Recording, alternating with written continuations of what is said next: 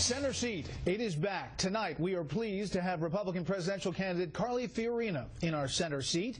Joining us on the panel, syndicated columnist George Will, Amy Walter, national editor for the Cook Political Report, and Judge Andrew Napolitano, Fox News senior judicial analyst. Well, thank you for being here. It's my pleasure. Thanks for having me. We asked my Twitter followers and Facebook followers to send in questions in addition to the panel tonight. Here's a couple of them.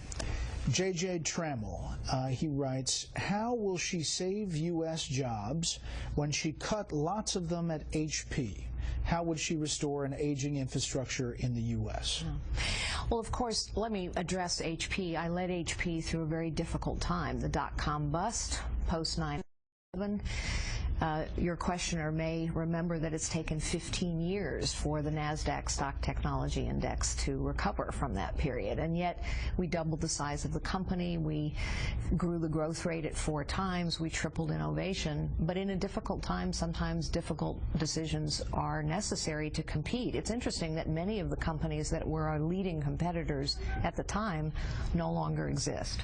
I think what we have to realize in the 21st century is that we have to compete for every job. And honestly, we're shooting ourselves in the foot all the time. The complexity of our tax code and our regulatory structure is now destroying more businesses than we are creating in this country, which means we're destroying jobs. Most of the businesses that we're destroying are small and family-owned businesses. That's important because they create 2/3 of the new jobs, employ half the people. We also shoot ourselves in the foot when we have the highest tax rate in the world. We shoot ourselves in the foot when we don't have a competitive education system. We have to compete for every job, and the federal government can do a lot to make competing for those jobs harder, as it is doing now, or easier. So when you hear somebody, and some other people, Al Scarpa typed in and called you a failed CEO in the tech industry, how do you respond to that? Well, I didn't fail. The thing about business is they're numbers, so you can't just talk about it. There's a track record, and in my case, the track record is undeniable. We doubled the company to almost $90 billion. We quintupled the growth rates. We tripled innovation to 11 patents a day. We quadrupled cash flow. We went from lagging behind in every product category and every market segment to leading in every product category and every market segment. In other words, we competed and we won. It's also true I was fired in a boardroom brawl that lasted over 2 weeks, and you know, I know, having led, that you have to challenge the status quo to lead, and when you challenge the status quo, you make enemies, which is why most people don't lead. George. Before the end of the month, the Supreme Court might rule that the federal subsidies being distributed under the Affordable Care Act in 37 states are illegal. That afternoon, the president will appear in the Rose Garden with a few of the 8 million people who are suddenly losing their insurance and say the Republicans could fix this with 4 words this afternoon. They won't. What should they do? So I think we clearly need a stopgap measure, which, as I understand, the Senate and the Congress are getting close to, so that we protect those people who are suddenly in a terrible situation. On the other hand, we need to put forward a long-term solution. We should have done this actually when Hillary Care failed. It was a strategic moment when the party should have seized the advantage and put forward a solution.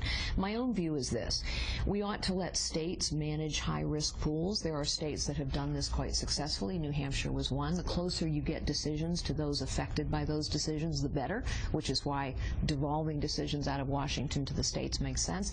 But I also think we need now to try in the health insurance market the one thing we've never tried, which is the free market. We have always had regulated oligopolies. We used to have 50 state regulated oligopolies, a cozy little arrangement between regulators and insurance companies. Now we have one big national regulated oligopoly.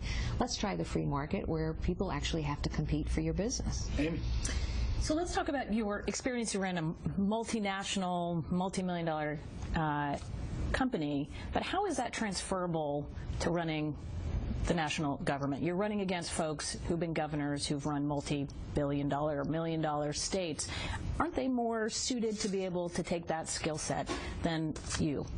Well, let's talk about what it actually takes to be in the Oval Office. What's the skill set you need? I think you need someone who understands the economy. I do. I think better, honestly, than anyone else running. I started as a secretary.